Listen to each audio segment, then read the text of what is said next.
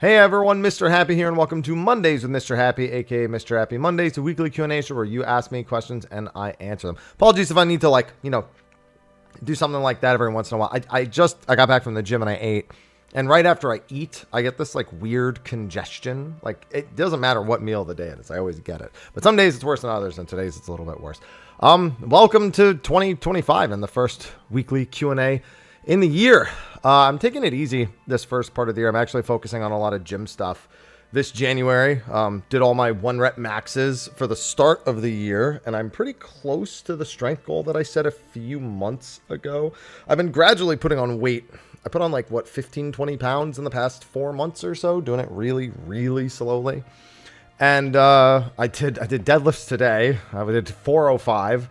I did 305 for squat, which really surprised me, and I did 245 for bench. I'm really close. I want 1,000 combined between the three, and I want that done. And then after that, I'll probably change things up a little bit right after that. But I'm just taking it easy because January is usually not a great month when it comes to YouTube and Twitch stuff to begin with, and I doubled down on December between Path of Exile, their support a streamer campaign, Twitch's support a streamer campaign, 14 support a streamer, all in December. So I do have some stuff that I want to make, and I do want to, try a few new things this year. There's requests I'm getting for a Final Fantasy 11 Let's Play, because a lot of people are curious now after the Alliance raid, but of course don't want to actually play it. Can't blame them, to be completely honest. But that's one thing. Also, the number of RPGs I play, some trailers that I wanted to start doing towards the end of last year. I'm almost done with Fantasian, which was Sakaguchi, the creator of Final Fantasies. It was a game he put out on the Apple Arcade a few years ago, and it's now on Steam and PlayStation and Xbox. And I don't know if it's on Switch, probably on Switch too. But it released off the Apple Arcade, and I'm finally playing through it, and that game is a doozy. It's one of the hardest RPGs I've played in recent years to boot, even on the normal difficulty, where the arcade version was hard mode only. The hard mode was the normal. But I want to probably make a handful of videos about that stuff. But I'll get back into the rhythm of that in the next couple of weeks. Everyone usually relaxes in December. I double time in December, and I relax in January. Content creator things, I'm also looking to travel a little bit this year. If FanFest is this year, which it should be, I'll definitely be going to that. If they don't do creator tickets again, I'll probably just, buy one off a community member or something like that. But I'm going to make sure I actually go physically to FanFest instead of being at home this time. I'd like to go to a couple of other things. I'll probably visit New Jersey at some point. I'll still be able to work from New Jersey. I do have a friend who has a setup with a guest room and a guest PC and everything. Plus I could bring a laptop or something. It's going to be a year. It's going to be a year that's going to have a lot more stuff that isn't just sitting home for me.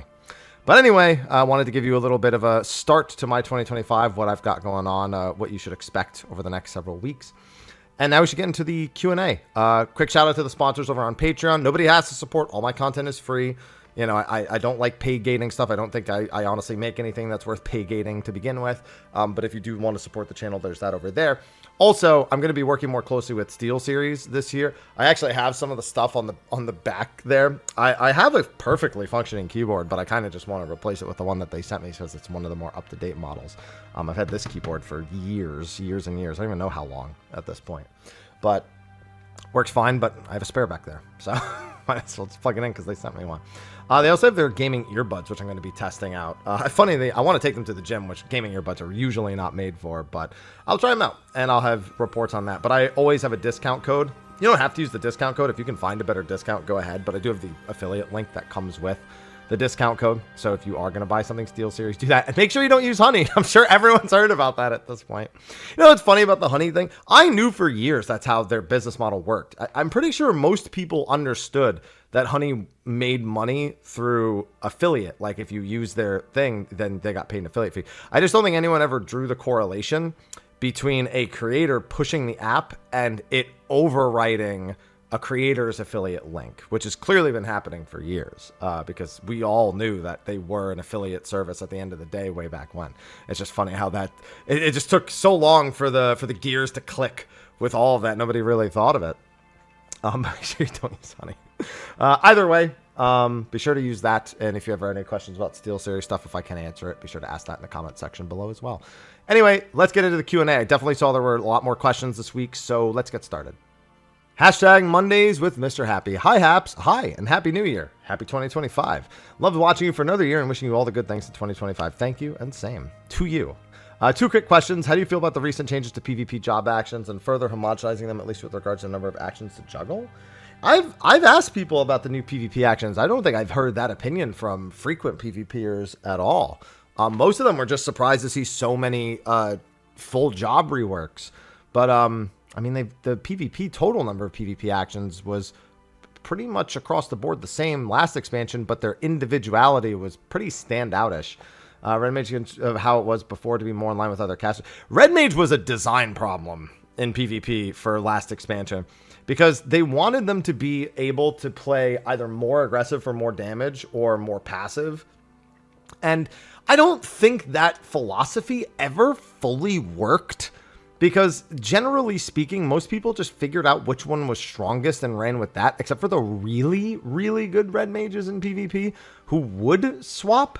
But it just was, I don't think they achieved the PvP job fantasy last expansion. The job was either incredibly frustrating to play against, or they had to neuter one half of it, and then the other half couldn't make up for it. So, I don't know. I haven't looked at it, but all I can speak of is I don't think they even achieved a really good balance for the way they want. I mean, I thought it was a cool idea, it just wasn't done well. So they probably figured it was better to bring it in line with other stuff. Let's see. What do you predict we'll hear the devs announce? I mean, we already know pretty much everything in 0.2. I mean, we know we have the next normal and savage mode. We have the next MSQ. We have the trial series starting in 0.2. We have Crescent Island, probably the what is it called, cosmic exploration start. I don't know if there's new custom delivery in 0.2. And then there's probably going to be a handful of surprises. We don't know when variant criterion is. We don't know when the deep dungeon is.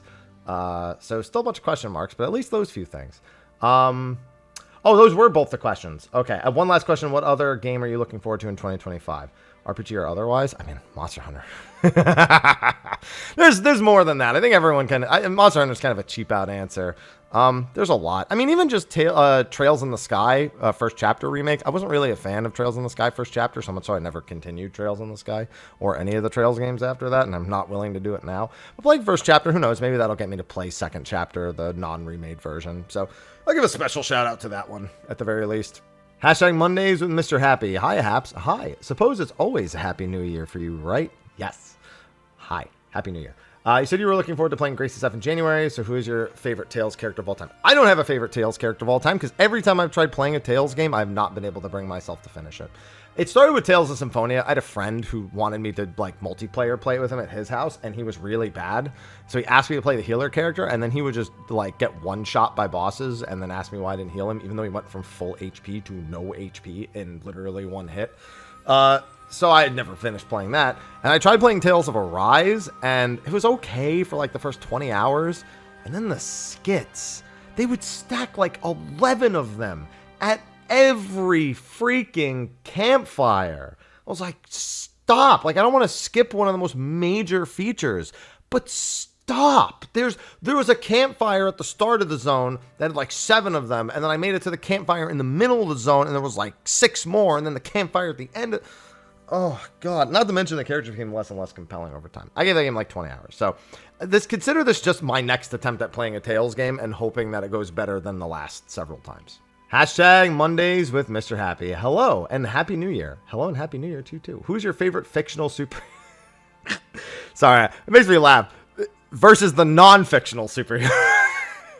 I mean, listen, hey, police, firefighters, those are the non-fictional superheroes. I could not name a single one, but I don't know. I treat comics and superhero media like music, in that I don't actually care about the band or the artist who made the music. I mentioned this last week. I just either like a song or don't like a song.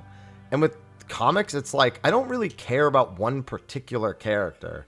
I just care about what they're written into and is that entertaining.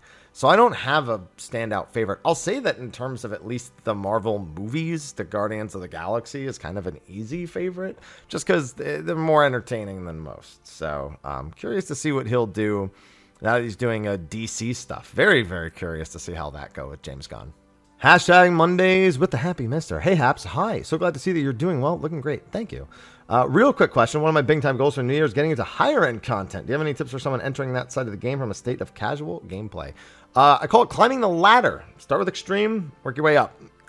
You will probably be, if you can go in with friends to have them show you the ropes, that helps. But if not, you kind of just need to be willing to jump into like fresh PFs, like when something is brand new. The less experienced you are, the more I recommend watching guides, especially before you go in.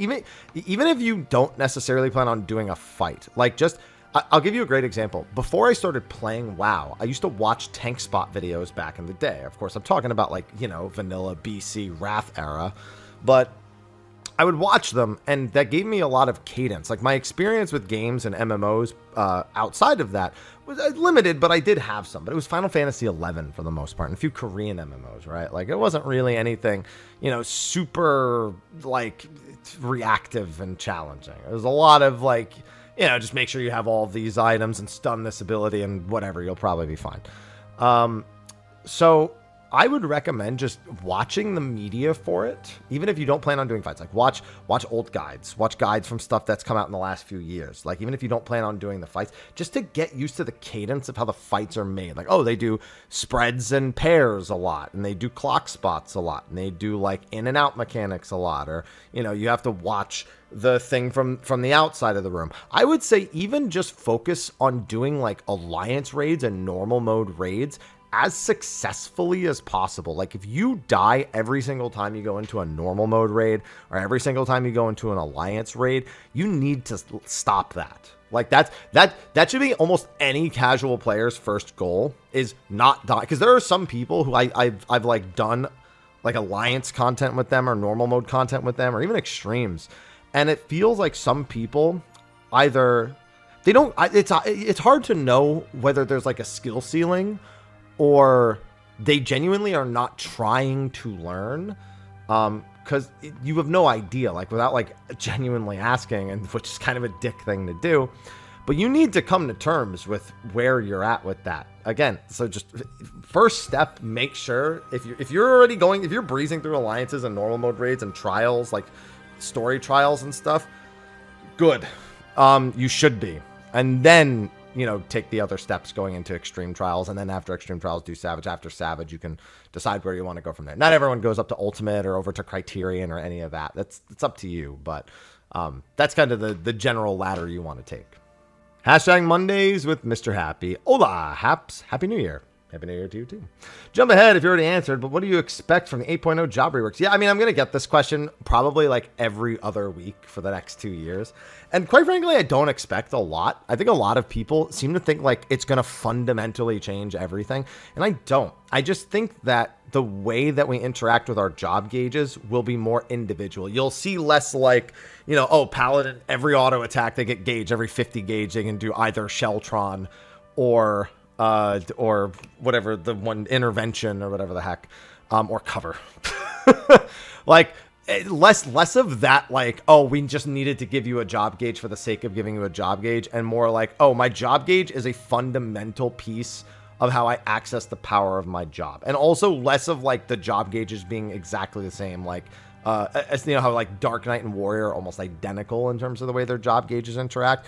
I would just expect less of that, more like Gunbreaker or Black Mage or Monk or something like that, where their job gauges wholly feel, well, I guess Monk's not the best example. The Nadis are kind of what I was leaning towards, but something that is far more indicative and identifiable with the job and less like generic gauge. That's honestly the only expectation, but I don't think the fundamentals of how the game operates now will change that drastically.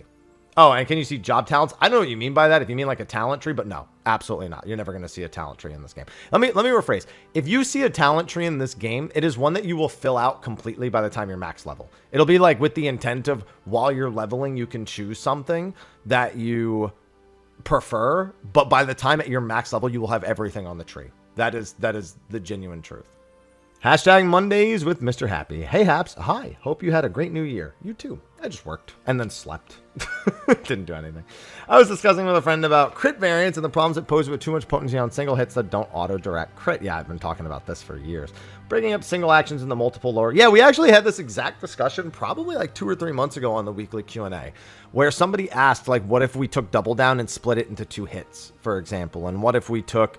we like went through a whole bunch of examples in that Q&A. I don't remember which one it was, but yeah, this would actually do a lot, but it still doesn't really. Here's what it doesn't do. You still, even if it's split between 2 600 potency hits, that does technically reduce the variance, but because of the 2-minute window, you're instead looking at the collective crit and direct hit rate across the entire 2-minute window, creating such a massive outlier depending on if it's really high or really low crit and direct hit rate. So I think that's a core fundamental, but yes, something like this would help prevent like Hyosho Ranryu being as detrimental. But I mean, the bottom line is you're effectively just rolling more chances to crit or direct hit and reducing the multiplier, because not reducing the multiplier, but reducing the end multiplied value, because the hits are smaller. So like if it would do like 1.5 times damage, 1.5 times of 600 versus 1.5 times of 1200 is different. And 1.5 times of 2 individual 600 hits is not the same as 1.5 times a 1200 potency hit, even though they do technically add up to the same. You're creating more opportunities to actually crit, which means that your individual dependence on a single critical hit changes, but it still doesn't really address the core problem of 2 minutes effectively being where the majority of your damage is. You need better spread for the damage across the entirety of the window leading up to the 2 minutes, and then the 2-minute window should be a moderate increase where like it's noticeable everyone's dealing more damage during that time, but the amount of damage you deal between them should be significant as well. I think that's really what's missing. Everyone not really having like a good 1 minute, I think is really hurting. You know, some jobs do have better, like, you know, 90s or 3 minutes. And while that was a headache in Shadowbringers, there was a lot of feedback that said to do away with stuff like 3-minute buffs and whatnot. I think in hindsight, while it was annoying, it also was healthier for the game and probably something they should go back to. That again also does address this, just getting that damage variance spread more throughout the different, you know, 30-second windows. And I think that was that's always what I've alluded to, is that the game effectively used to run on every 30 seconds. Everyone was doing something big, just a varying value. You know, at 30 seconds, most people have like a button or 2 to press. At 1 minute, some jobs have like a burst and some jobs just have a button or 2 to press. Then at 90 seconds, some people have buffs that they're going to spend that they used at the start of the fight. And then some people at the 2-minute mark are then going to have, you know, their 1 minute's back plus their 2 minutes. But then some people won't have their 90s. And then at 2:30, it's kind of like a set sort of reset. And then at 3, you're going to have people with 3-minute buffs and 90-second buffs and 1-minute buff. Like the damage spread is far healthier, even if it's a lot more annoying for the casual player to keep track of stuff like that. So I genuinely think the Shadowbringers design is the thing we really should go back to if we want damage variance to be less of a problem, because I think feedback led to damage variance and not this was the natural way things had to go. Hashtag Happy Monday with Mr. Brambles. That's me. Hey, Haps, and Happy New Year. Hi, it's me, Bramble New Year. Hi. As a newer player, only started rating on 6.5. I've been looped into Fru as my first ultimate, with the Arcadian being my first on-content tier, and the other most difficult bit of content being Alo Savage. If you did Alo Savage, as far as I'm concerned, you could just do any of the ultimates. Like, Criterion Savages, I mean, to be fair, you said you've done it. You didn't say you've cleared it. But all the same, that means you've done Alo normal. Like, that's honestly most of the prep that you need. We trialed static members for Savage and Ultimate in Alo Savage, in Criterions, because there's really less room to hide behind the other members. You're like, your individuality stands out a lot more, and your ability to be consistent stands out a lot. So that actually is, in my opinion, something that people aren't valuing enough when they consider trials. They keep thinking, oh, we'll just do the Savage tier, we'll just do an old ultimate or something. No, do something out of people's comfort zone, and do something that honestly doesn't use all of your statics time, so it's easier to schedule. As a newer player, I was never around for Eden Savage, so I'm wholly unfamiliar with things like relatively real movement on the ice rink. Main question is, how much does previous Eden experience help with learning how to do Fru? I will say this, the new mechanics are almost identical to their Savage counterparts, but it wouldn't benefit you to go learn Savage to learn Ultimate. That's definitely not the case. They're so similar that it is effectively the same as you learning the Savage for the first time while you're learning the Ultimate. So I don't think that much of a downside. Like, there's like, clearly, if you've done it before, you're like, oh yeah, this is how we did it in Savage. Like, yes, it's an advantage. Is it a crucial advantage? I don't think so with Fruit. I think it just means that if you ever went back and did them, you'd see how similar they were. And you just have the reverse result of people who did the Savage first and then did the Ultimate. You do the Ultimate and go back and be like, oh, it works like that because I did that already. And quite frankly, I think Fruit's difficulty is just, it doesn't warrant that kind of, that extensive preparation now that we've already seen that it's out. And I know that technically didn't answer all, like, there's like 2 or 3 individual questions here. Like the last one, like what mechanics stick out as being more difficult. Like, honestly, the Light Rampant in Ultimate is arguably easier than the one in Savage. So, that would have been it, but it's not. So, you know, you'll probably be fine. Hashtag Mondays with Haps Happy. That's me. Hello, Haps. Hi. Hope you had a good start of the year. Yeah, like I said, just working on the fitness goals. That's all I'm doing. Just came from the State of the Realm this week and noticed you mentioned a Discord you used to find help with parties for Chaotic. So the name is Really Actually Difficult Alliance Raids. They have been running plenty of groups. And, you know, there's some learning parties, there's some clears, some farms. People who just make regular PFs also post there as well. And I'm sure as the popularity begins winding down, you'll see more so just like people setting up like stuff on weekends and stuff like that. But Really Actually Difficult Alliance Raids is the, at least NA's main Discord, as far as I know. There is also NASE, that's North American Savage Extreme. What does the E stand for? NASE Discord, but yeah, Radar Discord, Final Fantasy 14, or NASE Discord, Final Fantasy 14. As far as I know, both of them were running Chaotix. I don't know if NASE is going to continue, but at the very least, Radar, I was getting pings from them right before I started recording this even. Hashtag Happy New Year with Mr. Happy. That's me. Good day, Mr. Happy, and Happy New Year. Happy New Year to you, too.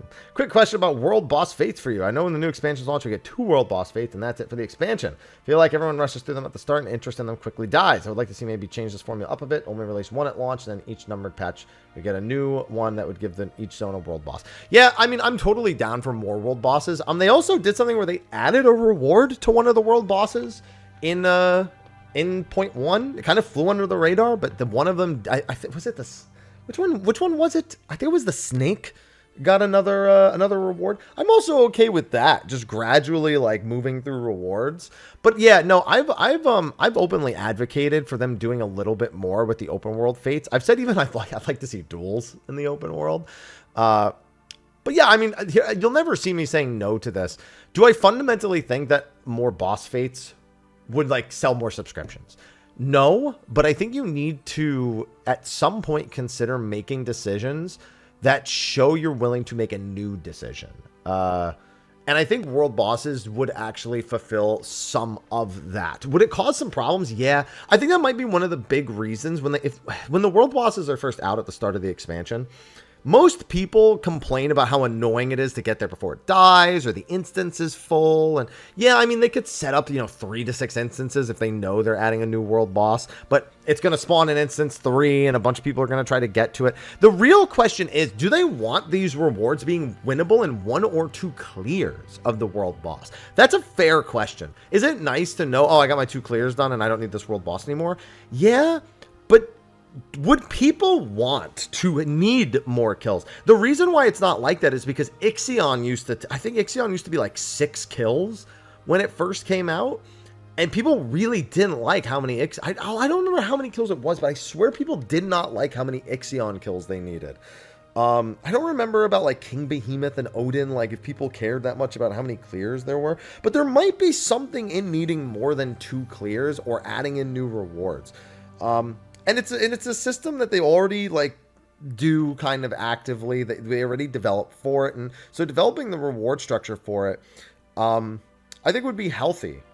And I think they should consider more world bosses that gradually release throughout the expansion. Again, I don't think it would sell more subscriptions, but people would just be excited to see it, right? And it does generate a bit of open world hype. It is something that like new players may experience as they're going through mid expansion. That'd be like, oh man, what the heck is going on? All of a sudden there's like hundreds of people here. What's happening? Oh, there's this boss at max level. But here's the thing. I don't even think that about the most recent expansion. I think that about like old expansions. Like, making that part a little bit more lively as people are doing the MSQ. So it's not even exclusive to the expansion. I just think it would benefit as a whole for maybe a little bit more of a look at that. I'm not someone who wants like extensive open world content. I played Final Fantasy 11. I know what it looks like. Quite frankly, I spent, you know, hundreds of hours out doing fates, out gathering for my mount tokens. I do treasure maps. I get enough time in the open world for me personally, and I don't need an excuse to go out there and do like end game progression for it. But something that adds to the world, I consider valuable. So yes, they should probably consider looking into stuff like this, as long as it doesn't cost any of the other stuff that I like, in all honesty. Hashtag Mr. Happy Mondays. Hello, Mr. Happy. Hi. Can you expand on your thoughts regarding rewards for the Chaotic Alliance raid? There are 20 clears and winning a grand total of 1 headpiece. 99 tokens for the cloud mount seems a little much, and I'm a bit unrewarded. How did you feel grinding? So, I didn't feel bad. I was fully ready to grind out the cloud mount and then grind out any additional tokens for the loot. I think I won like 5 or 6 pieces, but I did win the mount, and then as soon as I did, I bought every other piece with my leftover. I had 98 tokens when I was done, and I won the mount at like 89 tokens. So that really turned that experience around, but I was still fully intending, and in fact, I have like 60 something demi ones now, because even after I was down at like 30 something demi materia from buying all of the armor sets, I then went back and did more. So like, at the end of the day, I would have grinded them all out regardless. And I think they, honestly, the only thing that I think is questionable about the rewards is, I think that the dais, not the cloud, the dais of darkness, I think that should only be 50 and the hairstyle should be 25. And it should be 1 bonus demi materia per new person. And then the 1 that you normally get. I just don't think that 75 is a good idea when eventually we won't have new players or as many, enough to really reliably do more. I also think that the in bonus should be, here's exactly how they should do. So for those who don't know, when a fight is in bonus, like it has the limited time bonus, there's 8 bonus demi 1s in the chest, and they get randomly distributed. I've seen people get up to 5 of the 8. That's funny, but probably not ideal. In reality, everybody should get 2 bonus and then have a chance for more bonus. Like everybody goes, oh, I got 2. Damn, I only got 2 bonus. Like, so you would get 4 total. So 2 plus 2, 4. But then someone would be like, oh, dude, I got 7 that run. And then someone would be like, what? You got that? Like, that's better than I only got the 2 you're supposed to get, and I just watched somebody else get 5, and I hate them now. You know? So those are the things I think with the demis. In terms of the overall rewards, I think they mostly nailed it. There's probably like a few things they could shore up, and they may like fill in gaps with Criterion in the rest of the expansion. We don't know. No, I think it's largely okay. I do think that you should try to get your clears if you can within the limited time bonus, because it does. I did a lot of my clears in the limited time bonus, and it felt a lot better doing that, even with the like random dispersion. You just kind of gotta hope that you get it. Kind of gotta treat it like treasure maps. You know, like if you're doing like a free for all treasure map in the PF, and like somebody else's map is amazing, but everybody else wins all their shit, you kind of just want to be the person who wins all their shit, right? You just don't want to be the person who had the really good map. You want to be the person who wins all the shit. And that's kind of just what you're hoping for. Hey, hashtag Mr. Happy Mondays. Hey, now that we're level 100, do you think there's a chance we'll see any leveling methods that stretch back beyond the expansion they're released in? Perhaps a deep dungeon that starts at level 1 or the exploration zone allowing entry at level 30. Perfectly valid thing to request. I think the biggest thing is that Stormblood is largely considered the worst leveling range. And so that's my personal wish, is for something to fix up Stormblood. A lot of people say like add leveling to Eureka. I just think Eureka's not really made for it, and the effort to do that I don't think is worth it. So I would like to see kind of what you're suggesting, specifically something that's queuable at 60 or 61 to fix up Stormblood's leveling curve, because it is the worst one by far. It's the worst 10 levels of the entire game. Unless you have like a group of friends or you don't mind doing trusts and dungeons, like, or you just, honestly, that's the level range I highly recommend. Just roulettes, and then don't do anything else, like, or PvP. It's literally PvP or just roulettes, because grinding those 10 levels, like sitting there going, oh, I'm going to do 60 to 70. it's a terrible experience. So yeah, I would say I see no reason. Like there are some things where do I think they'll do this? No. But would there be any value in me saying, no, that's silly? Why? No, of course there's value in doing it, especially because if you can release something for your expansion that requires your expansion, but is accessible in the much earlier levels, you kind of indirectly put pressure on consumers to maybe buy it ahead of. Like somebody might look at that and be like, oh, there's this thing in Dawn Trail, you know, even though Dawn Trail is the most recent thing, it starts at level 30. You know, so I could like get in there at level 30 and I could like level up my alts through there, but I could be like doing Dawn Trail. Like that's an exciting prospect for a new player who may be on the free trial, but might be looking at that, knowing it exists and being like, do I want to just buy it? Do I want to just buy it? Maybe when I hit 50, like maybe I'll have 50 and I'm like, maybe I'll make my decision then. I think it's smart from just like a business perspective. It's less even about the game. It's about business. And so, yeah, I mean, after that, why would I say no, right?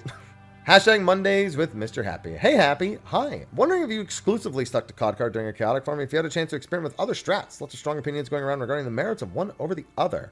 I could probably skip this question after today's video discussing strats. No, yeah, so we largely stuck to it, but so keep in mind, we didn't do COD car. We did our strats, and COD car essentially was modeled after the strats that our team was using. So that's why it kind of changed as days went on, because we started day one doing one thing, changed a few things because we're like, that's kind of stupid. Like now we understand how this works better. Let's not do that. And then the final thing that we landed on worked. Like technically we didn't even do COD car up to the very end of like hardcore farming. What I mean by that specifically is we never did the lineup with the 3 players in the corners, you know, where you like stick one in the cubby, one the tank forward, and then you kind of like fill in and you actually make a straight line instead of all hugging around the like hockey puck thing in the back. No, we did the hugging around the hockey puck thing in the back pretty much the whole time. And that worked perfectly fine. We did try like healers out. We really didn't like it. We didn't think it improved recoverability at all.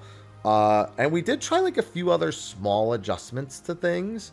Most of which were not beneficial, or we could not find a reasonable, reason for us to change what was, quite frankly, a well thought out and functioning strat with really the most minimal of downsides to do something that we clearly saw had more downsides, but was what other people were doing. There was no reason to really do that outside of trying the healers out thing, which we did. And quite frankly, all 6 of our healers said they didn't like it. I was one of them, but the other 5 were also like, yeah, this isn't really any better. It's just kind of annoying. Like our tanks aren't even in range of our AoE heals now. So we kind of have to spot heal them. And you know, when we are all together, it's just like, I pop out like 1 AoE heal and the tank pretty much just takes care of themselves. If there's vuln stacks, maybe I gotta throw like a spot heal on the tank, and that's like, that is the thing. Like all the healers healing the groups of 4, like there's the only healing is the very start of the phase. After that, it's just autos on the tank, and it's like super easy. So, and when people laser blast each other, that's the scariest thing. Please look at your debuffs. But yeah, no, we only tried a few other things. We just couldn't find a good reason to do them. Hashtag Mondays with Mr. Happy. Did I scroll through? I don't remember. Was this on the screen? I don't remember scrolling down, but yet I just looked and I might have had the wrong thing on the screen for the last one, but like here it was, right? And then here's the second. I don't know. I'll go back and look afterwards. It's not worth checking about now. Hashtag Mondays with Mr. Happy. Hi, Happy. Hi. Bit of a downer question. One of those players was turned off by Dawn Trail story, so I made it a little past the first dungeon after playing since Realm Reborn. Do you have any tips on how I can get myself re-excited and back into the game? That's like 4 hours. Like, I don't understand how in 4 hours that can happen. Like, I genuinely can't connect with someone who does something for 4 hours and goes, I have played this game for 10 years and these 4 hours have depressed me. Especially because I've been around since 1.0 and I have seen the actual worst of Final Fantasy XIV. Like, I survived Heaven's Ward. A lot of people are like, oh, Heaven's Ward is a great expansion. No, Heaven's Ward was the worst. To this day is still the worst expansion. Even post Dawn Trail stuff, Heaven's Ward was by far the worst expansion Final Fantasy XIV has. If you were there and actually playing through it as updates were coming. It was way worse than Dawn Trail is. So I personally can't connect with someone who's like, I have again, you're about 4 hours in at most, because like Dawn Trail's story in total, I think, is like 20 hours if you watch all the cutscenes.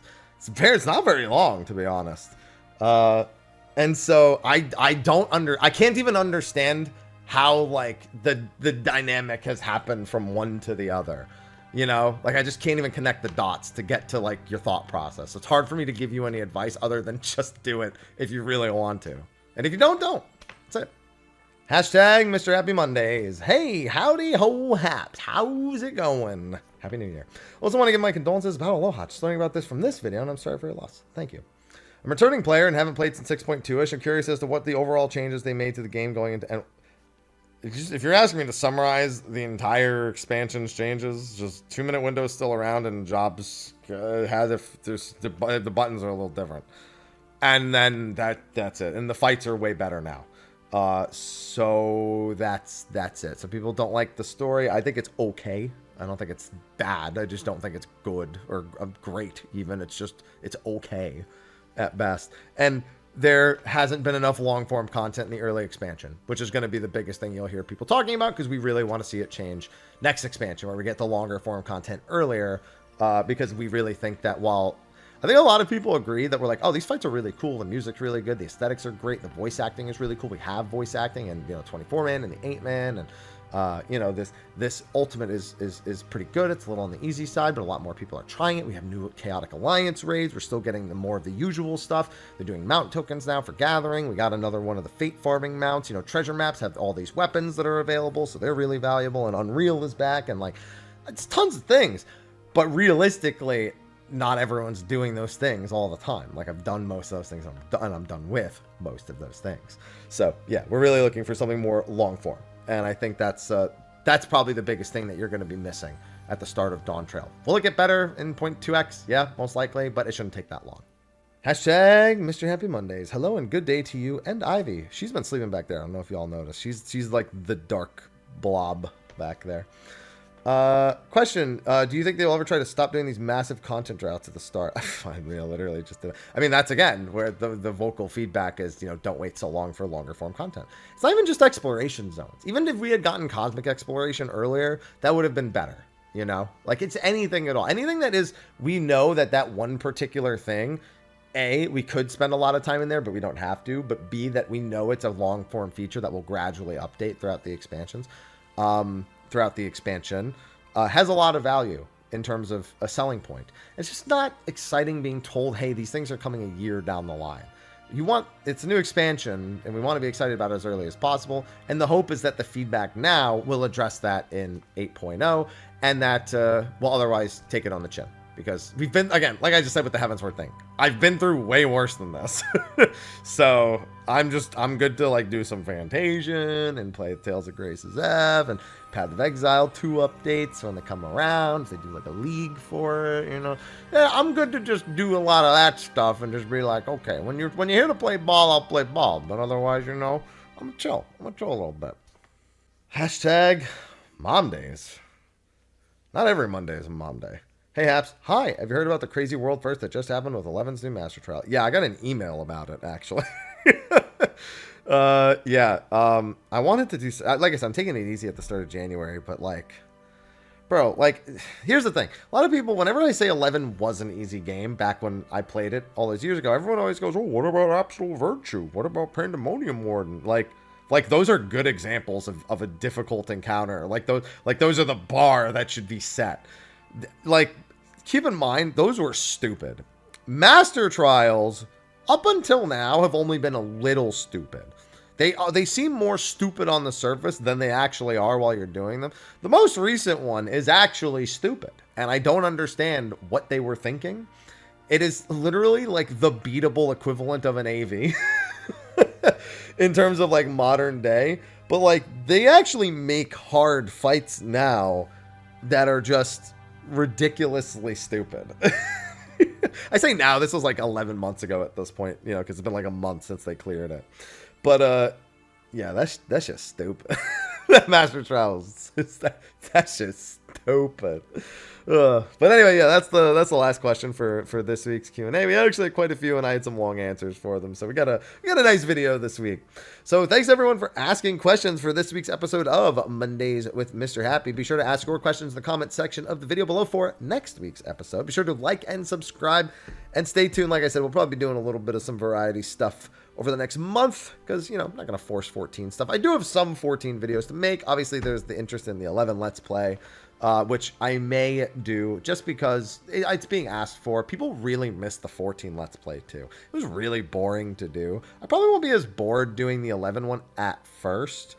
It's just a question of how I want to structure it, right? Like, do I want to do an hour per session? Do I want to specifically accomplish a goal per video? That's what I did last time, and some videos were really long. And yeah, it's a maybe. It's a maybe, especially because the story has no voice acting. So it's like, do I voice act everything? Do I just read it? Do I skip? Like, it's brutal, right? It's brutal. Like, it's a tough decision. But I'll come to a final decision about that before month's end. Like I said, January is going to be a chill month. So thanks everyone for watching. I'll see you next week. Until then, take care.